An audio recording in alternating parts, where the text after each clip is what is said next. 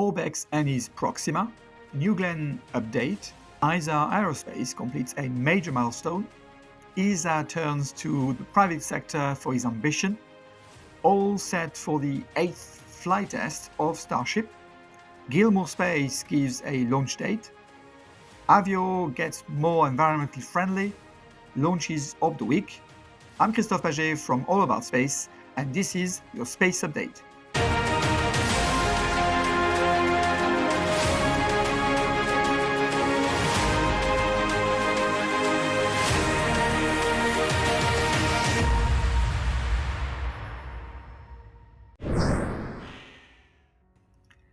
Orbex has previously hinted at a change on his business model, starting with a move of his launchpad to Saxford, not so far from his headquarters in the Highlands near Inverness. Orbex has also hinted that it needs to develop a larger rocket to compete with a growing competition both in Europe and abroad, and this week they have provided more info. The larger rocket is named Proxima, and Orbex is looking for an Isar award for up to €150 million to support its development. In fact, his CEO has mentioned in a meeting with the Sutherland Spaceport Community Liaison Group that without such a funding, Proxima development would never start. In fact, during that meeting, several arguments broke out about the timing to pause the Sutherland Spaceport abruptly, but I will not go into detail, life is too short. You may remember about a month ago the maiden flight of the New Glenn rocket. Well, although it has a massive fairing, its payload that day was the Blue Ring Pathfinder, a smart space tug, relatively small in size, able to provide additional orbits to attached payloads, but also provide power and data management during the transit, which reduces payload power and fuel consumption, therefore extending their operational life. According to Blue Origin, the Blue Ring performed well.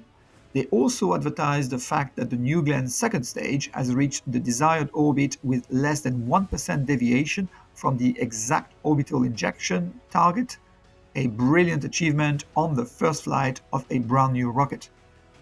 Amongst the 14 European companies, we count Isar Aerospace, a German satellite launch service company located near Munich in Germany, currently developing his Spectrum rocket.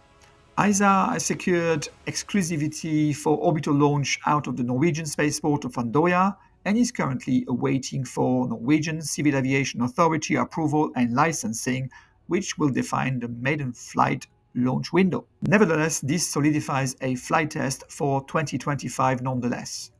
The flight will mark the first continental European orbital launch. It is not known if Isar is carrying a customer payload on his first rocket. Isar has just completed a successful hot fire test of both his first and second stages from his launch pad in Andøya, a big milestone before full wet dress rehearsal and the maiden flight. Isar Aerospace has been rather quiet in the past month, but has certainly delivered a huge task.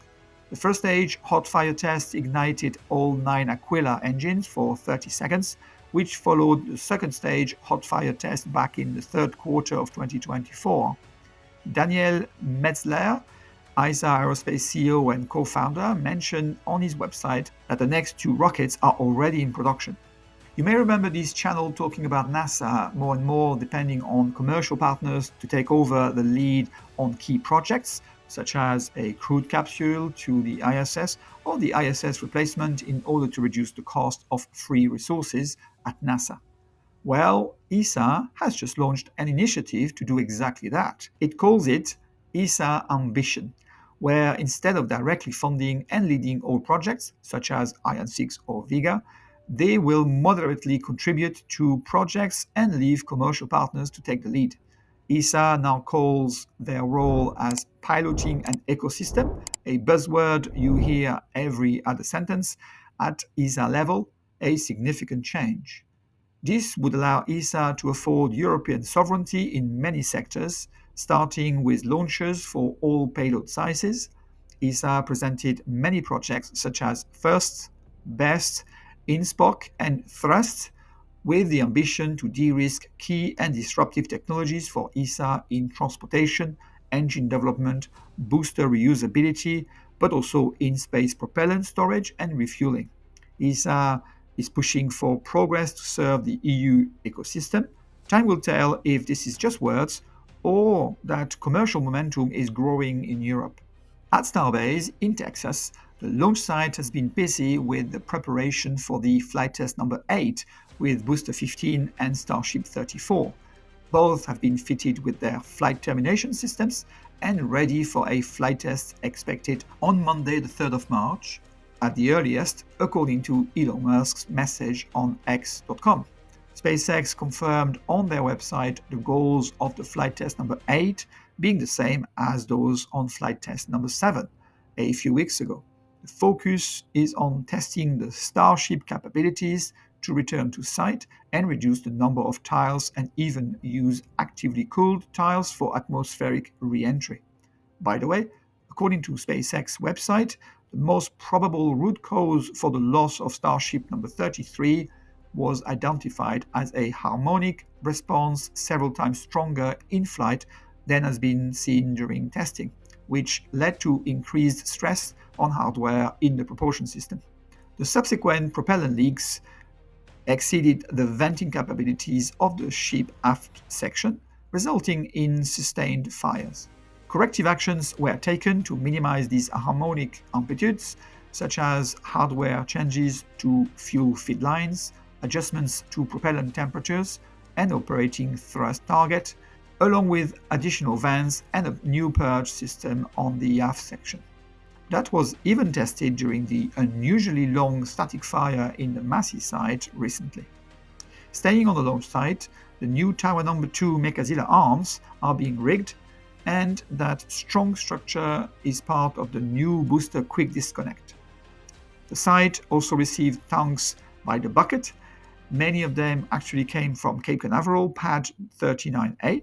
March 15th, Gilmour Space is targeting the maiden flight of his Iris rocket, an Australian-made rocket to take off from Australia, a sovereignty that Australia would surely exploit in the coming years.